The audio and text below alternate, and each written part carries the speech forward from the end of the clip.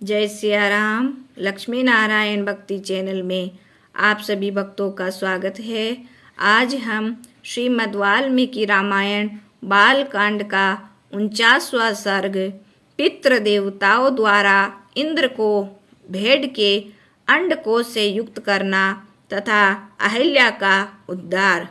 श्री राम उस समय इंद्र अंडकोश रहित होकर बहुत भयभीत हो गए।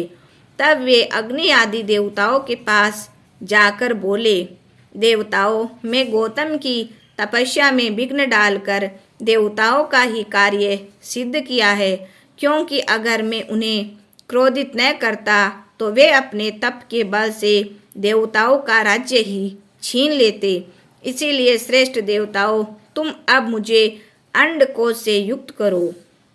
यह सुनकर अग्नि आदि सभी देवता पितृ देवताओं से जाकर बोले, आपका भेड़ा अंडकोश से युक्त है और इंद्र अंडकोश रहित है, अतः इस भेड़ के दोनों अंडकोशों को आप शीघ्र मुझे दे दीजिए।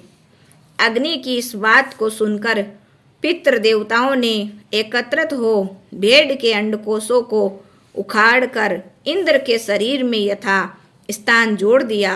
महातेजस्वी राम, अब तुम उस पुण्यकर्मा महर्षि गौतम के आश्रम पर चलकर अहिल्या का उद्धार करो।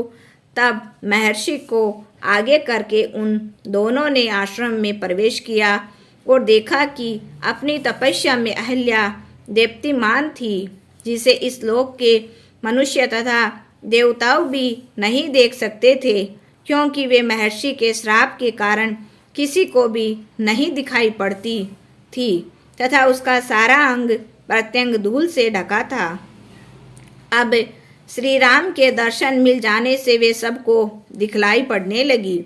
इस समय श्री राम और लक्ष्मण ने बड़ी प्रसन्नता के साथ अहिल्या के चरण स्पर्श किए और अहिल्या ने मुनि के वचनों को याद कर उनका बड़ा आदर और सत्कार किया।